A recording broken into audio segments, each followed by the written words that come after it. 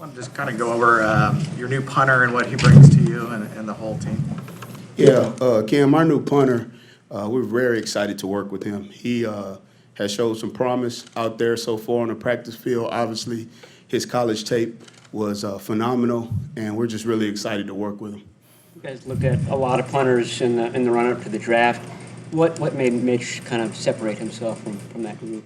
Yeah, man, we looked at a lot of them. His tape is really what separated him. Mitch just did an outstanding job over and over showing that he was a weapon on tape, and it's someone we feel comfortable about adding to our group, and we're excited to get to work with him. What has he shown you so far? I mean, it's only been a couple weeks, but He's shown that he's a great holder. He's shown that he can kick off. He's shown that he can pin opponents deep.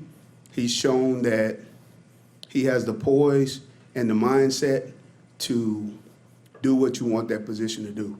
And it's still early. We haven't played a game. So he's still got to do that in the game, and he's excited to do that, and he's harder on himself than anyone is. So those are the things that excite us about him.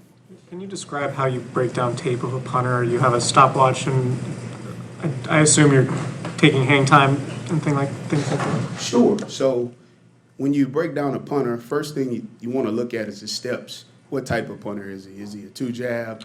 Is he a one jab? Is he a three-step punter? What type of punter is he? Does he catch the ball in front of himself, or does he catch it, in the back? Those are some things that you look at. You also look at him catching the ball, molding the ball. We did about 200 of those today over there on the jugs. So we just look at fundamentals, and then you get into if a guy can directionally punt, left, right, can he punt down the middle?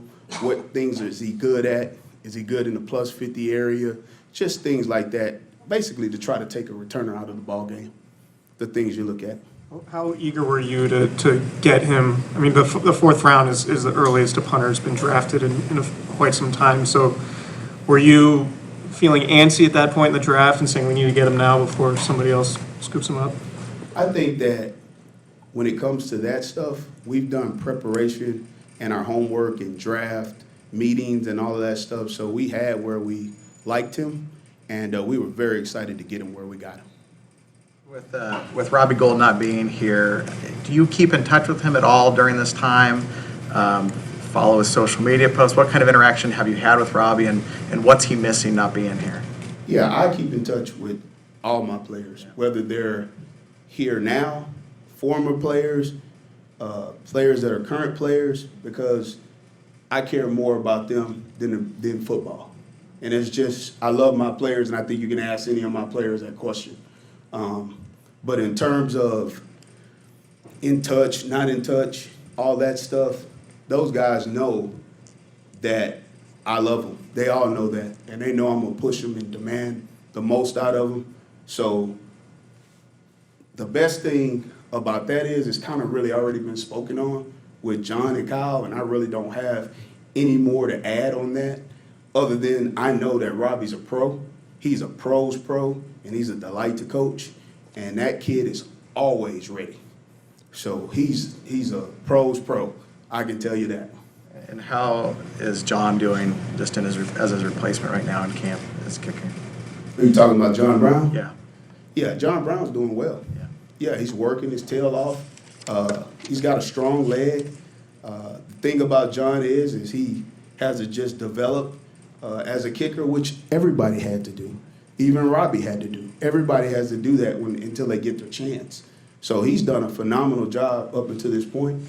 But again, he's still got a long way to go, as we all do. Like, we all work, and we all got a long way to go. Me as a coach, I'm sure you guys as reporters, if you ever get complacent, then that's when you get replaced.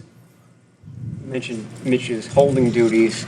How much chemistry does there need to be between the holder and the guy who's going to be kicking, and is that a concern now because Robbie's not here right now? Yeah, I've dealt with this in my career before. In terms of an operation, it's kind of like quarterback center exchange, kind of like the same thing Jimmy and the centers do before practice. It's the same thing. So those guys are working on that right here, right now, and it's a chemistry thing with some people. Sometimes it's just a kick and go. So it's definitely not easy, just like your jobs are not easy to do. but it's definitely doable. How much time would Gould need to develop that chemistry with Mitch, do you think? I think that it depends on the kicker. Not just Gould, it depends on any kicker. And that's more specific to the kicker. So as long as you have a really good holder, which we feel like Mitch is he's a really good holder. He's absolutely one of the best holders that I've seen coming out of college. And that's what's given us confidence in his holding. And he takes a lot of pride in his holding too. That's what makes a good holder too. So he's really done well at it. But again, he's got a long way to go. I mean, we still haven't played a game yet. So, I mean, but he's working his tail off at it. I can promise you that. It doesn't concern me. A layman will just look at a holder and say, oh, he's just grabbing the ball and he's putting it down. Sure. What's there to it? I mean, what do you see that makes him stand out in that facet of the game? That's a good question, Matt. First of all, they got to have really good hands.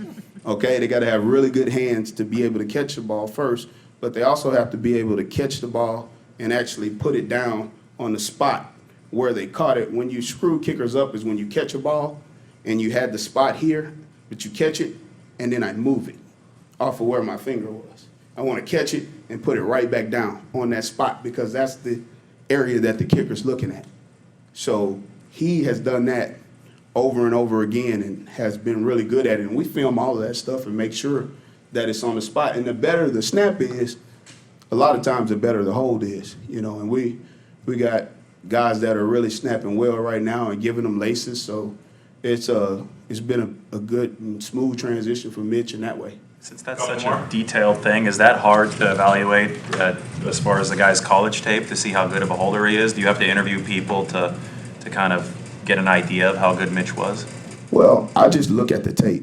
So I look at the tape. I look at every hold he's had since he's been in college, every single one of them. So I look at all those, and so some people is born as 200 plus, holds, and I look at the combine, and our staff with Clay and Quan, they do the same thing, and we look at it over and over again, and we just evaluate the guy. And we do that with all the guys, not just Mitch. I mean, we do that with every single guy. And to be honest with you, when I first started, it was very hard for me to see. But I was trained by two 30-year veterans the first time, my first 7 years of my career, and Joe Marciano and Danny Smith. And those guys taught me, and I'm just lucky to be around those guys. So now we can see it, a little better, and, you still just got to work at it. I mean, it's just like anything else. You got to work at it over and over again, and that's what we strive to do. We strive to be the best we can be so we can help the offense and we can help the defense so that we can put a winning product on the field. And that's what drives us every day. How do you evaluate where things stand as far as punt returning? And do you have to dial things back with Dante, given that he's probably going to have an expanded role with the offense this year? No, in terms of punt return, we're going to play the best guy back there. So, and that's been Coach Shanahan's philosophy, and that's our philosophy. And as long as we do a good job blocking up front, we have returners that can help us in the back. And I think those guys know that, and we actually worked on punt return today, and they are so eager to prove themselves. I mean, you got Trent Taylor, we got Dante Pettis, we got DJ Reed, we got Richie James. Whoever wants the job is open competition.